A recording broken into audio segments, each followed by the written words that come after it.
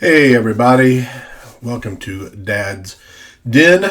I'm Dad and this is my den, and in this show we like to talk about old stuff and new indie weird stuff, and we're going to talk about some old stuff today. I've done a couple videos recently on literature, science fiction, fantasy, fairy tales, real kid stuff. But today we're going to start hitting the hard-hitting stuff, grown-up literature. Today we're going to talk comic books. Specifically, we're going to talk about three old comic books that are reprinting even older stories. Now, all three of these comic books are, frankly, in terrible condition. And that is because, as much as I appreciate collecting comics and getting them graded and all that stuff, I mostly really like to read comic books. That's the fun I have with them. So I don't really mind if I get a really terrible looking comic book because I can read it. And especially when it's reprinting really old issues that, maybe aren't too available at this point, or especially not available at a good price, it's even better. I love the history of comic books, and I love the way they've grown and changed over the years, up to a certain point. And so we're going to talk about some old comics. We're going to look at some of the art. We're going to look at some of the advertisements, which are sometimes the best part of old comics, and we're going to talk about some of the people that put them together. So we're going to start with, this is, all right, DC Special number 15. It was published in 1971. You can see lots of nice rips along the spine, a price sticker right in the middle of the book. It was originally 25 cents, and I think I got this for about $1. So, hey, man, that inflation, it's really killing us. Of course, this issue is all about Plastic Man. Plastic Man, of course, created by Jack Cole in the 1940s. And this particular issue has stories that go from 1941 all the way to 1950. So it was publishing stories that were 20 to 30 years old at the time, and they're a lot older now. So what do we get out of this comic book? Well, first and foremost, I bet a lot of people in my generation will remember this. Punt, pass, oh, look at that, see? Such good shape. The punt, pass, and kick competition. I remember you used to see these before football games. I think before the Super Bowl they would do like the punt, pass, kick championship at halftime. I don't know if they do that anymore because, to be honest with you, I haven't watched a Super Bowl in a long time. So the first story in this, there are 5 stories in this one. The Origin of Plastic Man. Now that was published in 1941 in Police Comics number 1. And I should add, all of these stories in this are written, drawn, and lettered and inked by Jack Cole. So one guy doing all the work here. So the Origin of Plastic Man, it was published just a few months before Pearl Harbor was attacked in August. So that's kind of it's a 1941. Pop culture from 1941 is really interesting because obviously for the vast majority of the year, even though there were rumblings of war and there was war occurring in Europe, the United States was not at war yet. And so it's sort of the last normal year of entertainment before we go through several years where so much entertainment was, about or involving or at least hinting at the Second World War and the European and Pacific theaters. So Plastic Man manages to proceed America's entry into World War II by a few months. He is, according to this origin, Plastic Man is a sort of petty crook. You can see the art here. It is a bit on the cartoony side. So, kind of like Shazam. Look at me calling him Shazam. Captain Marvel. I know better than that. The art's a little bit rough in this one. Look at that. Look at that monk at the bottom there. He looks like he has a baby head. That's kind of weird. Anyways, Plastic Man is E.L. O'Brien. He's a petty crook. He ends up almost being killed in one of his misadventures. And he winds up in a monastery, and he ends up with, because of this accident that occurs, I believe he's splashed with chemicals. Well, I just read this thing like maybe 3 weeks ago. He gets these plastic abilities, and he decides that he's going to go straight. He's going to become a crime fighter instead of his old ways. And so, it's a pretty simple story. The first one, it's sort of setting up the basics of the character. You get an idea of who he is. He manages to catch his old gang. This is an advertisement for Kenner's Easy Care Manicure Set. See if I can hold that better. Get a good view of the set right there. Kenner, they were getting it done. But think about it. This is Kenner in 1971. So the thing that really put Kenner on the map is still what? 7 years away, I think. So we get a pretty simple story with E.L. O'Brien becoming Plastic Man, getting his old gang, and he now starts off on his new life. The second story is called The Man Who Can't Be Harmed. This one was from Police Comics number 13, published in November of 1942. And it introduces a character that will become a regular with Plastic Man, and even showed up in the Brave and Bold episodes, Batman Brave and the Bold cartoon from a few years back, which made some heavy use of Plastic Man. And so they use this character, and of course we're talking about, here we go, wait, let me center that. We're talking about Woozy Winks. And you'll see in this one that the art style has changed a little bit. It's even more cartoony, but it's also getting better, frankly. Jack Cole is, unless he was using some other artists, which can happen. A lot of times, the original creator is getting credited, and there are actually other artists who are working on these books. It was kind of a mess back in the 40s. You don't necessarily, like, the stories themselves don't tell you who did anything. I just did a little research online to get the names. But the animation's getting a little better, a little cleaner. As it goes, the art in Plastic Man is gonna feel like it's practically about to fly apart and shoot off the page.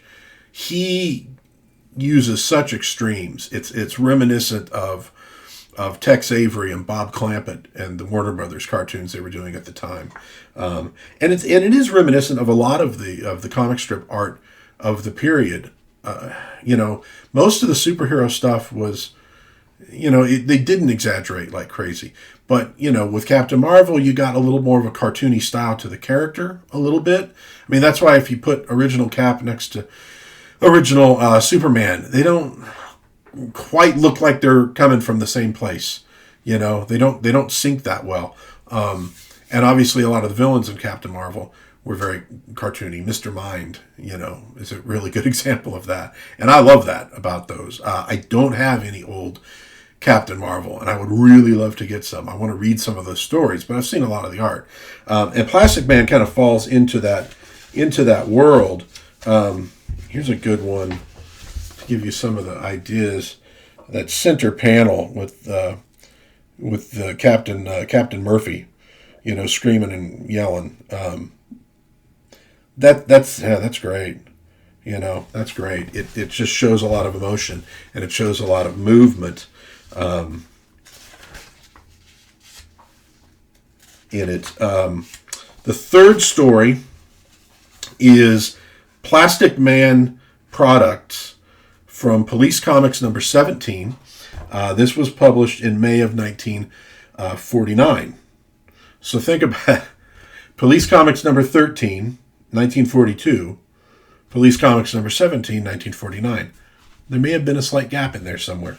And so now, I think at this point, the art is kind of hitting its peak. Just look at that. We got Plastic Man down there on the floor in chloroform, so he's knocked out. And we have people using his body for various things, for a girdle, for a pair of suspenders. And we have this crook who's making money on it. Now, as with many covers of classic Marvel Bronze Age comics, not exactly what happens in the book. It's a little bit different. But look at some of these, this is a good one. I mean, look at that, him screaming at the guy, and look at the guy's nose. Look at the way he's drawn. It's impressive. Not only that, let's look at this other page. Down at the bottom, the police officer walking one way, he's going the other. Really, really impressive the way he's got characters moving. A little bit unfinished. I will admit sometimes it's a little bit hard to figure out what a character's doing or like where their face is, because it's so exaggerated. But that one shot of Plastic Man screaming at the guy, first thing I think of is Jerry Lewis. Gives you this weird idea of, imagine in the 1950s if they'd made a Plastic Man movie with Jerry Lewis. It's almost crazy that somehow they didn't do that with Jim Carrey, in the 90s. Obviously, we got The Mask, which is, about as close to Plastic Man on live action as you're ever going to get. Wow, look at this here. This is big, everybody.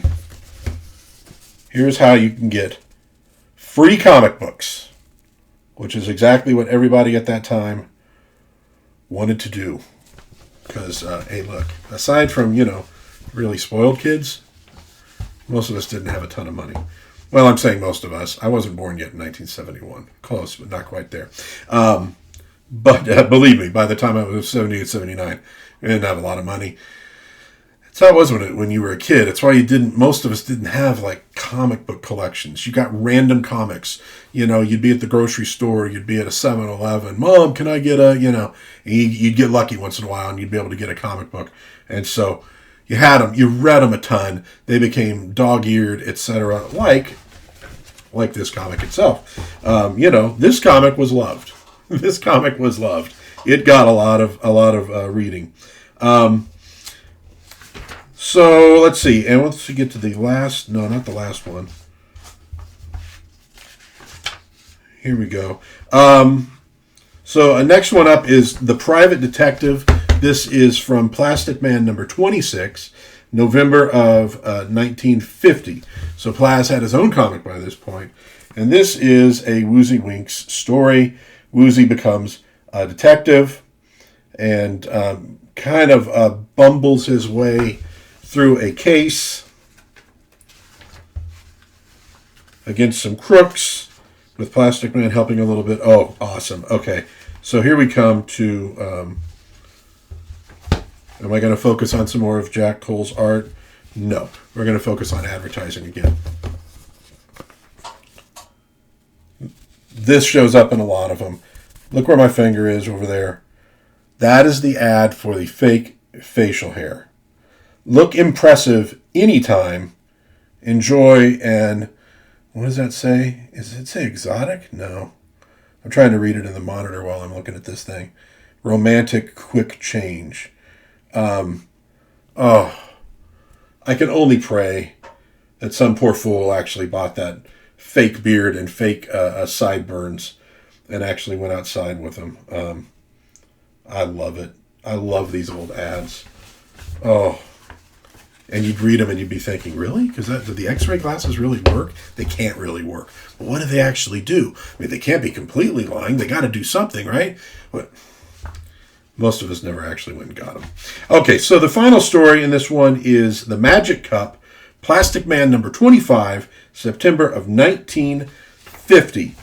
So that would have been 21 years before this comic book was published. We have another great splash page.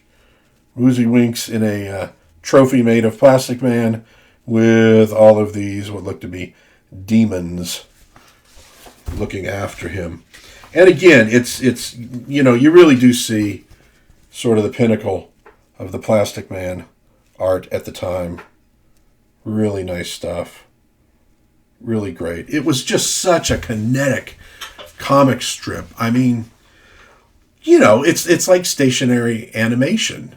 I mean, it's not hard to picture these characters really moving around, and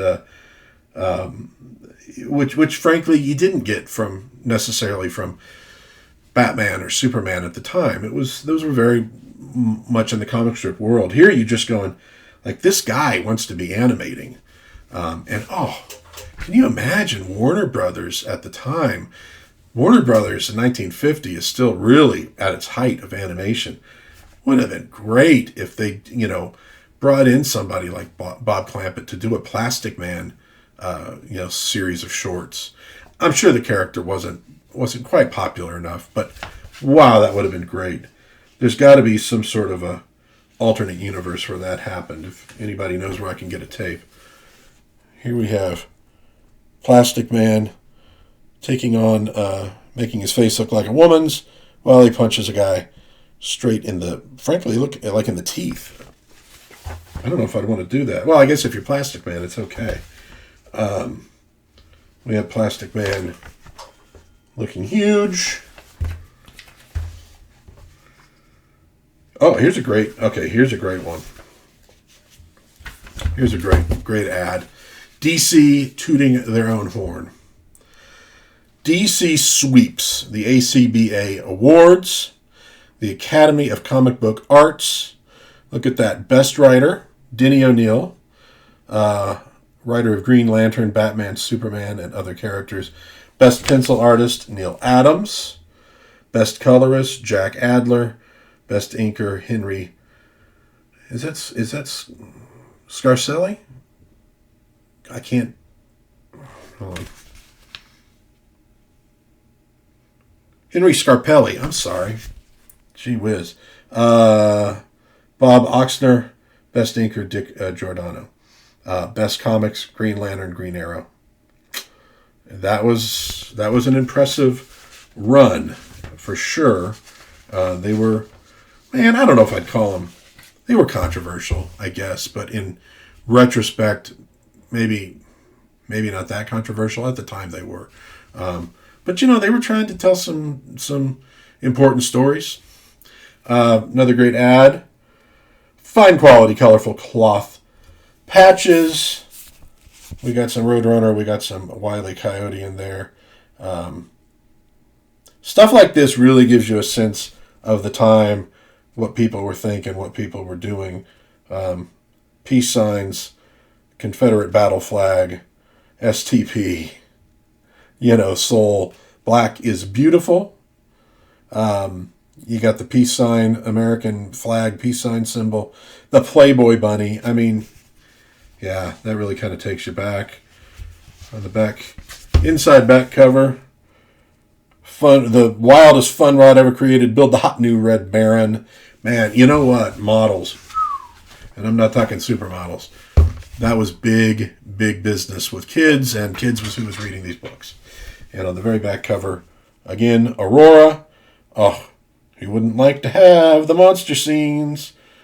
Those things, yeah, you can find them. They're not always very cheap. That'd be a tough one. You find like a really great, Frankenstein Aurora model kit that's unopened, and there's a part of you that's like, well, I want to open it. I want to build this thing. Can't do that. I mean, the kit might be 50 years old, unopened. You can't be the first person to pop that thing open. You gotta preserve it. Okay, so that's Plastic Man.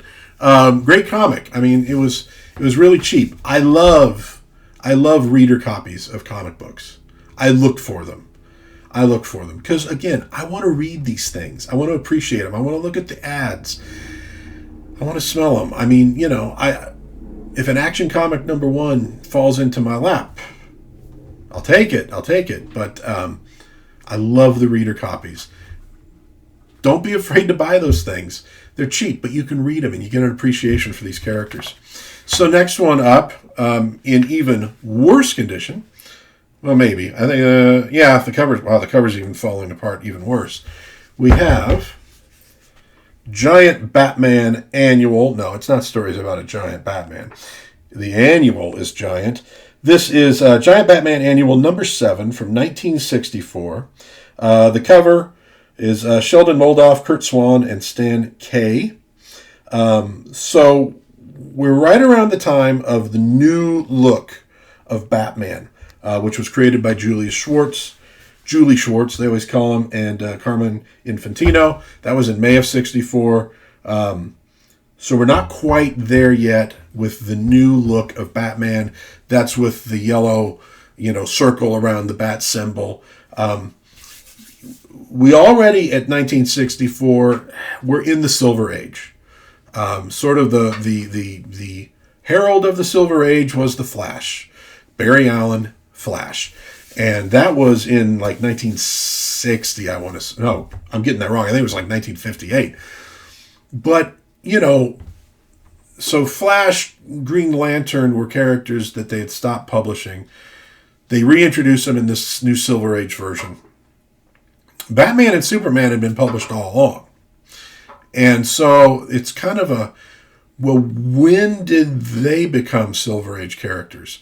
Because what you're going to see in this book, again, published in '64, this is very clearly Golden Age Batman. So Golden Age Batman exists into the mid-'60s and kind of becomes the new Batman, almost with the introduction of the 1966 Batman series with Adam West. That sort of seals it. In fact, we'll get to that later. But so there's this weird overlap between the Golden Age and the Silver Age. It's not like a one day DC editorial just says, okay, Golden Age is over, we're in the Silver Age now, we're doing so. It just sort of happened. So the Batman annual has 8 stories in it. They range from 1959 to that's on that page, to 1960. So when I was younger, when I was a teenager, going to comic book shops, say this is around 1989, the Adam West Batman was not held in high regard. And I kind of publicly, I love Adam West Batman. I adore Adam West Batman. You can't really see it, but up on the bookshelf up there is the Adam West Batman and the Cesar Romero Joker. And I got to get Egghead and I got to get King Tut. I need Burt White. Anyways, we won't get into that. That's for another day. But I absolutely love it. But at the time, it's not like Batman at all. Batman was Is Batman supposed to be a dark, and he's this, and he's that, and he's the other. Because, by '89, Batman had become those things, and had been those things for quite some time.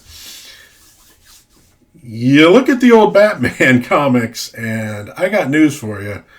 Adam West Batman might be the most comic book accurate movie ever made outside of maybe Rocketeer. It was done more as it was satire, but it wasn't just satire. But these stories are pretty damn goofy, to be honest with you. They really are. And you got to cut those guys some slack. Hey man, they managed to make a TV show, and a movie. I think it's some of the funniest writing that's ever been done on TV. The deadpan delivery was so perfect. But at the same time, when you were a kid, you had all the villains, man. Like all the major ones, all the really cool ones, and different villains all the time. You had these big fights, big slugfests. They were awesome. You had the Batmobile, the Batboat, the Batcycle, the Batcopter. Are you kidding me? It was awesome. It was amazing. It was such a great balance of like an adventure show for kids, but this kind of satire parody for adults. That was a spectacular show. I don't care what anybody says. I love it. So let's delve in a little bit to Giant Annual Batman. The stories in it are very heavy on Batmite. Not my favorite. How Batmite didn't somehow end up in the series too. I guess it makes sense. The special effects wise, you just couldn't have done them. The Filmation Batman with Batmite though, those are rough. Those are rough. I know they loved putting those little cutesy characters in everything they did, and with Batmite, there he was. He was a real character from Batman. But it gets having this all powerful. Well, it's like Q in Star Trek. Good in small doses, but I mean, kind of all powerful characters kind of screw up stories. So the first one is Batman Meets Batmite from Detective Comics number 267. That was May of 1959. So here we go. You see them fighting on giant records that are flying off of a giant record player, because why not? And look, man, they handled this stuff so beautifully in Batman Brave and the Bold. I'm sure that wasn't everybody's favorite version of Batman in animation. It's a totally different animal from the Batman series that Bruce Timm did, but I really liked it. I own it. I actually just bought some. I just bought the Bruce Timm Batman series at Zia Records. You remember I brought that up before. This one involves a giant Batman robot, which I think Batmite had something to do with. The shtick of Batmite was, he's the greatest fan in the universe, in the multiverse, whatever, of Batman, and he wants to hang out with his friend, but he doesn't want to make things easy for him, so he does all this, garbage that drives Batman crazy. One of the things I love about this version of Batman is he's very human. Eventually Batman becomes this mentally ill, obsessed monster of darkness, which at the time was great. I gotta say, even into the 70s, Bruce Wayne was a character. Bruce Wayne had a personality. He wasn't so obsessed. It's when they started deconstructing this stuff. At the time, I was in high school, and I thought, man, this is really deep, This is really awesome. Dark Knight Returns. In retrospect, I'm hot and cold on it. From a standpoint of the art of storytelling and the art of storytelling in comics, I'm not going to argue that this stuff isn't extremely well done. But I don't know. I kind of like this Batman's just, he's very real. He's cracking jokes. He's having a good time. There is another way to look at Batman as a character.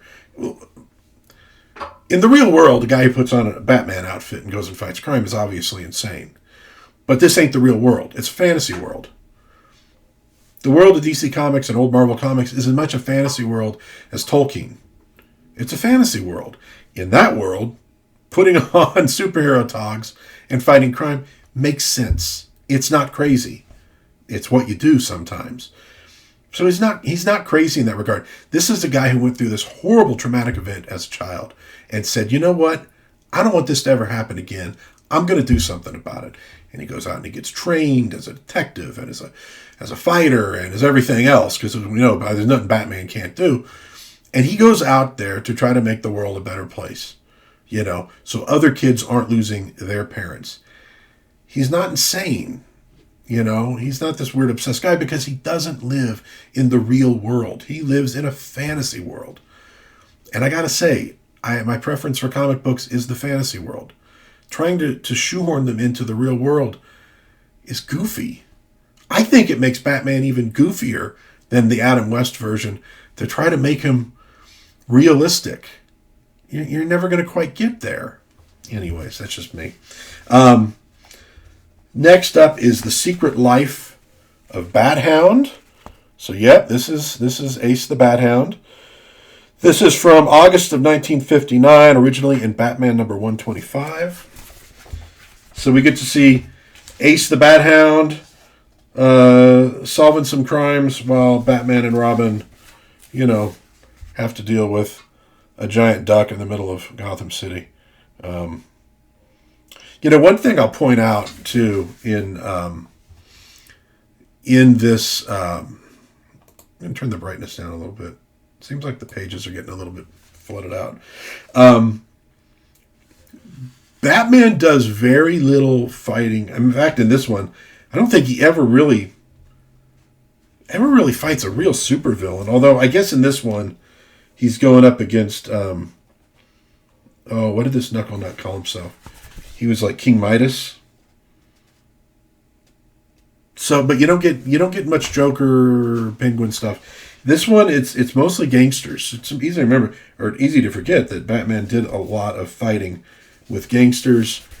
Here's Bat-Hound getting the original Batwoman. Arf, arf. And off she goes. You know, it's kind of amazing to think that, like, this version of Batwoman was still circulating just about 6 years before the Batman TV show. Batgirl as well. Now, the Batgirl they created for the comics and TV show, Barbara Gordon, is awesome. I mean, great design. Love the character. Very cool. But Kathy Kane's pretty cool, too. And there's a part of me going, man, to see like this, like, it probably would have been like this gold lame bat suit, you know, from the TV series. That would have been pretty cool. Ace the Bat-Hound would have been pretty cool in that show, too. Oh, well. C'est la vie. Needless to say, Bat-Hound comes through for the guys and manages to save the day. Let's see if I can get Ace up there. Well, that's the story, except that I heard Midas has something. I can't read it on the screen. Oh, is that hay fever? Hay fever. Goldenrod. Midas is allergic to goldenrod. Oh, boy. Okay, so next one up is here. Oh, there we go. Batgirl. And this one, I think, actually is her origin. So Batgirl, this is from April of 1961. So see, I mean, the original Batgirl is like, I think this is the intro, but I'm not positive. But I mean, she's only introduced like 5 years before the Batman TV show. You know, and they completely revamped the character. And here I am being proven to be an idiot about supervillains in this one, because here they obviously are dealing with another supervillain. This is the, I think it was called the Cobra Gang. I don't think it's any relationship to the later Cobra character.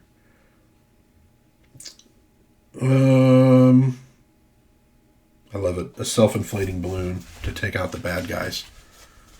That doesn't sound like the TV series at all.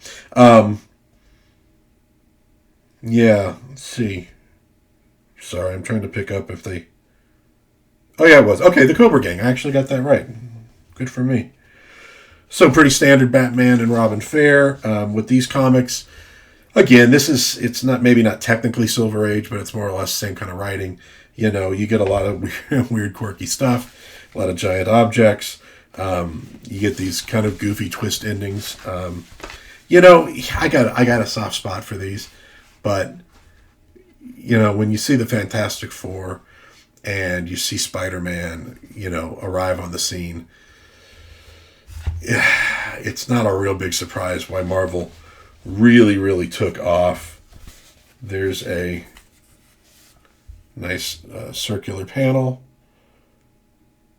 Nice layout. But I gotta say, art-wise, it's not terrible exactly, but compare that to the Plastic Man art that was from about a decade before. It's not great. Again, I have a real soft spot for it, but God, we're just not that far away. From Jack Kirby and the Fantastic Four and stuff, and what a revelation, what a revolution in comics Marvel really was. Up next is the dynamic trio. Oh, geez, let me see if I can get that centered. Okay, with Mystery Man. Who is Mystery Man, you ask? I'm not going to spoil that one for you. You're going to have to look it up yourself. This was from July of 1957. Detective Comics number 245. Some of the art in this one, I really do dig. That right there is nice. Some of it, though, is still kind of a little bit blocky. That was Vicky Vale, by the way. So, for all of you who love Batman 89, there's Vicky Vale showing up. Love this shot of Commissioner Gordon down there. He is horrified. Actually, the Vicky Vale stuff's really good. They illustrated her better than they illustrated Batman and Robin, to be honest with you. We get a nice one here. This one is from 1957, Batman number 110. The Secret of Batman's Butler. Here we see Alfred, who is going to leave the Master. Not the guy from Manos. He's going to leave the Master because he has accidentally divulged his secret identity. And this is actually with them hiring Alfred. Or he's talking, he's writing a story about it. They did some weird stuff back then. Oh, wow. Yeah, here's a good one. Look at that. He makes them these inflatable costumes. That is fantastic. Oh, if only the inflated costumes could have shown up. Again, actually kind of surprised they didn't show up on the TV series, because it would have been great. In the end, Alfred actually has to disguise himself as Batman. That would be done often in these days. There we go. Whoops, there we go. And it turns out the person he accidentally divulged the secret to was Bruce Wayne in disguise, because he needed to make sure he could trust Alfred. And ultimately he found he could. So Alfred stuck around. Then we get, this is from World's Finest, 1955. Written by Bill Finger, art by Kurt Swan. And this is, hold on, there we go. Superman and Robin. Oh, they're cutting out Batman. Batman has a broken leg, and so they have to work without him in this one. It's Kurt Swan, so honestly, the art's better. Although you see, with that image of Robin there, he's still trying to stick to your kind of classic Batman and Robin art. In the end, Batman's detective work saves the day. And it also turns out that he didn't actually have a broken leg. They faked it because he had ingested some poison, very mild. But if he was active, it might have killed him. So they had to keep him off his feet. They did those little bits all the time. Oh my goodness. Look, I got a bunch of Superman's girlfriend, Lois Lane's. We'll go through those. They're bonkers. And then we got Batwoman's publicity agent. That is another Batmite tale.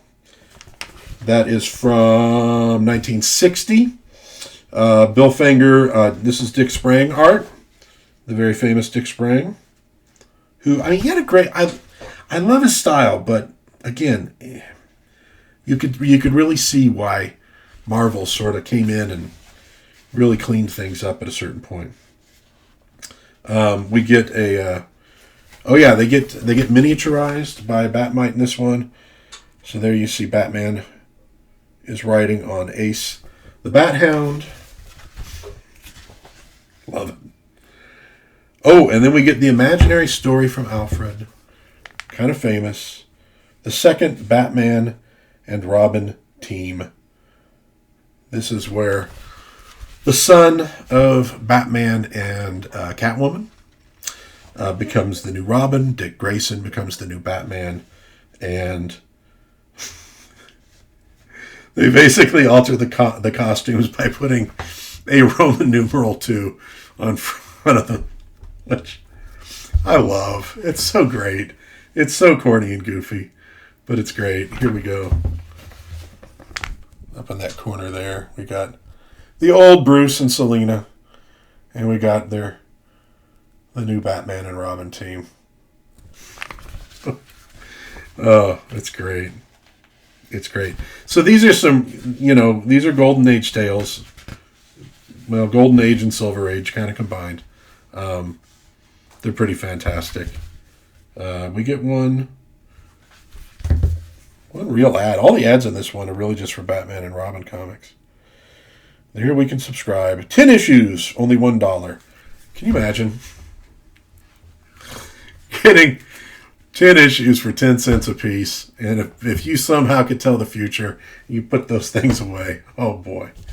You're doing okay. All right. So we've been going on a while here. Oh yeah, this is a long video. I probably shouldn't have done 3 of these comics, but it kind of made sense. The theme worked. We'll go through this one relatively quickly. So this is Super Spectacular, The Flash, number 214 from 1972. Cover art is Nick Cardy. Pretty much everything in here is written by John Broome. Art is by Carmine Infantino. This one has Flash stories from the 60s, but it has some other characters as well that were well, either super speeders or sounded like super speeders. So on the cover, of course, we see Flash's Rogues Gallery up there in the Gauntlet of Supervillains. I didn't realize. I assume Gauntlet is what I don't know. I never seen it spelled like that. That was crazy to me. But you see there we have the Metal Men in this one. There's Platinum. We have the Golden Age Flash, Doc Magnus, Kid Flash, Mercury. This, where are we going? That dude right up there is a Golden Age supervillain, the Mosquito. He's kind of cool and actually surprisingly evil. On the back cover, it wraps around. We got Iron, Johnny Quick, Tin, Quicksilver, a Golden Age hero. We got Lead, and we got Gold.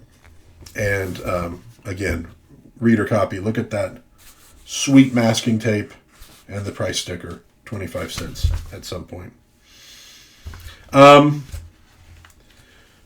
Yeah, so we're here. We got some of the Silver Age Flash tales. They're kind of bonkers. The first one, I'm going to really just talk about 2 of the stories in this one in particular. We do have the Gauntlet of Supervillains, where we bring in Captain Boomerang and Captain Cold. Oh, geez, who's the Heat? Why am I not thinking about the Heat guy's name? We'll now refer to him as Heat Guy. Weather Wizard. They all kind of team up against Flash.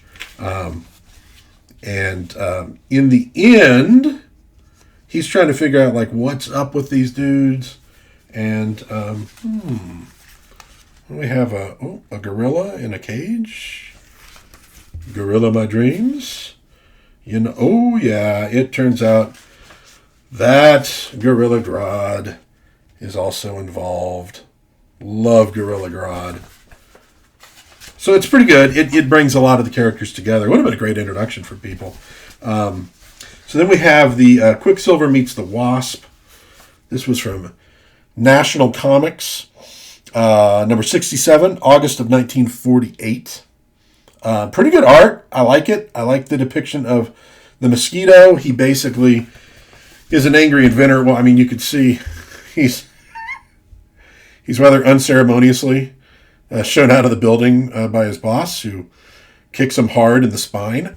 And so he decides he's going to start killing everybody. So he's a mosquito because he has a syringe full of poison, and he invented this flying device. He is defeated. We get Kid Flash, the face behind the mask. Pretty cool. Kind of weird. It was this one is from 1961. So we're in 61. We're hitting that in between period of sort of the classic rock and roll. Elvis, Buddy Holly, Chuck Berry, Jerry Lee Lewis, those guys. And we're not quite to the British invasion, which sort of brought that sound of rock back to America.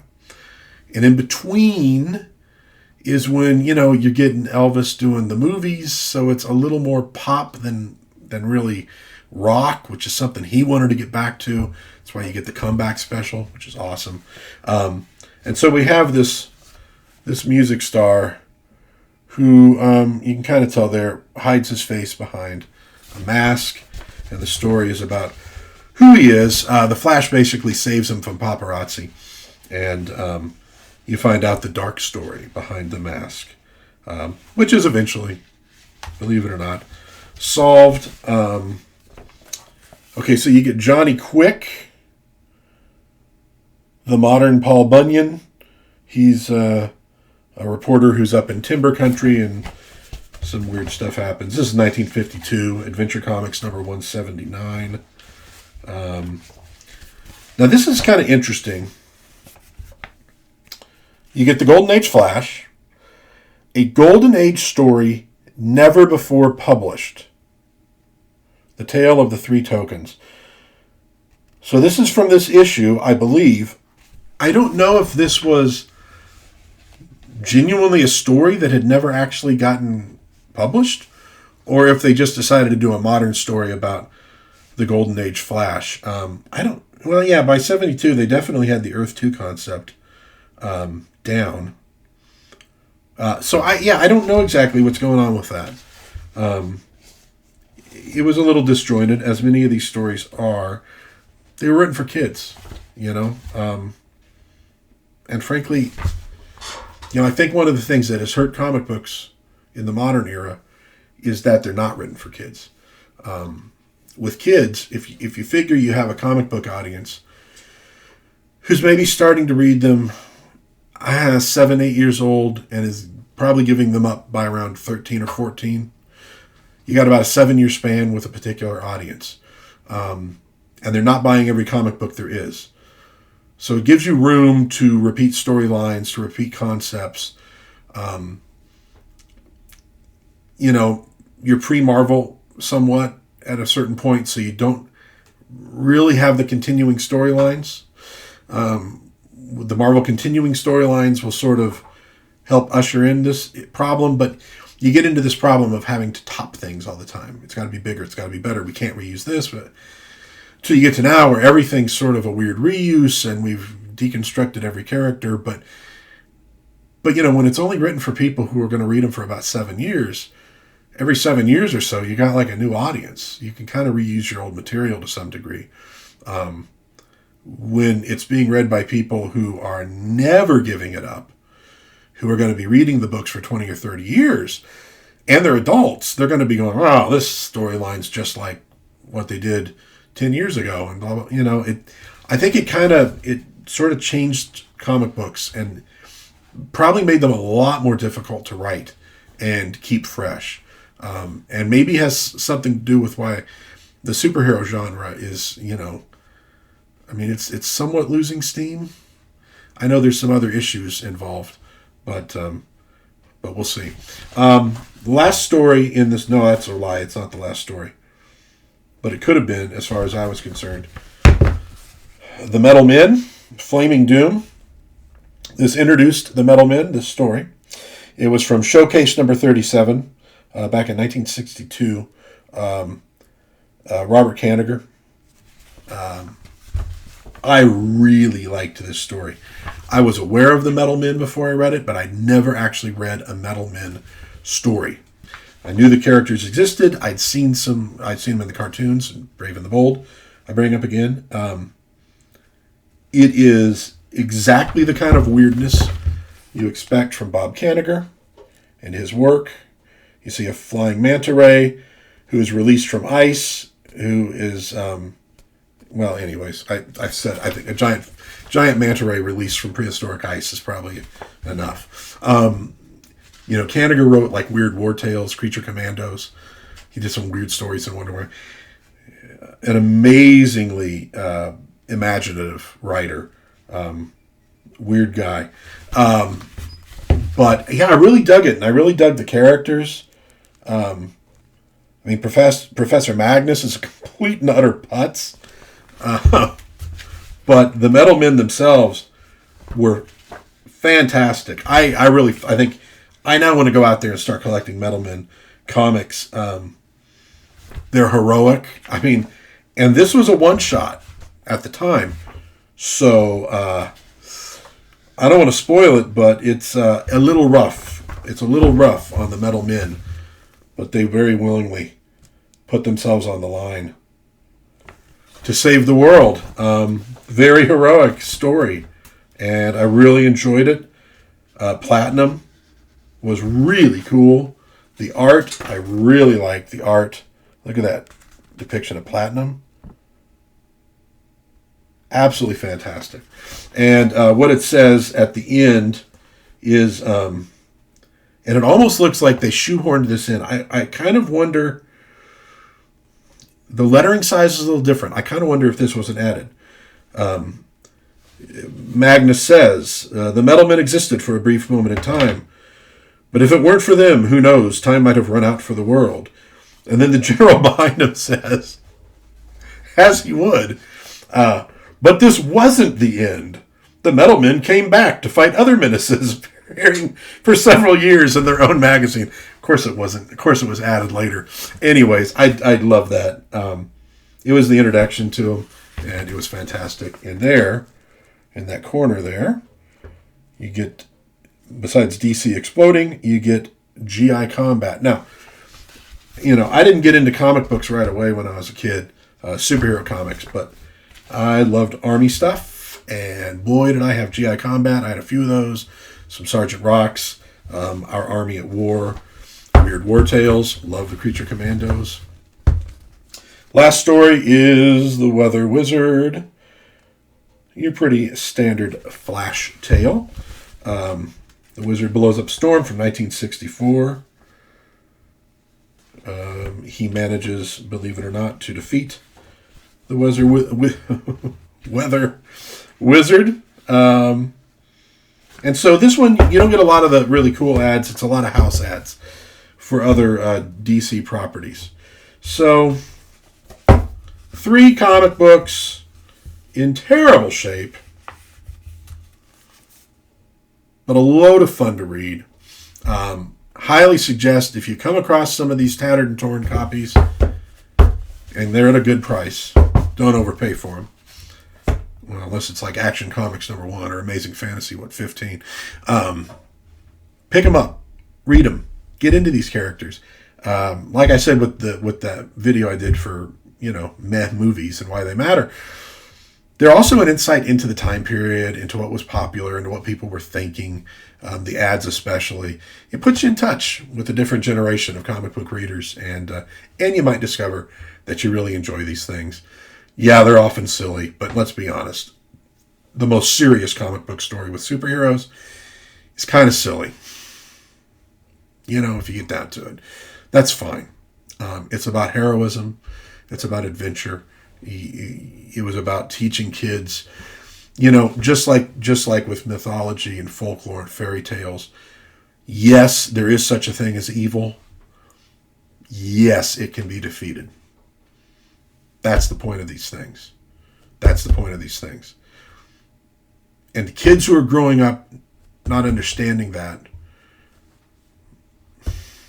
almost becoming evil in the cause of good, or what they perceive as good, is causing a lot of our troubles right now. Comic books are important. Goofy, sure. Silly, yeah. They're important. They're more important than a lot of people know. So there's 3 good ones. I will be showing off more of my old comics as time goes by. I also have more than a few comic book campaigns that I'm backing right now. I'm going to be excited to show them off as they arrive. Actually got some cool back issues of a modern comic just recently that I'm reading through. I'll show those off here probably pretty soon. But for now, this is almost an hour-long video. Holy mackerel. For now, if you enjoy this at all, please consider subscribing. There's much more to come. If you like the video, I'd love it if you'd hit the like button. That really helps me out. It helps get the videos out so other people might catch on and see them. With that, I shall bid you adieu. Have fun out there, everybody. Be kind to one another. And I will see you soon again in Dad's Den.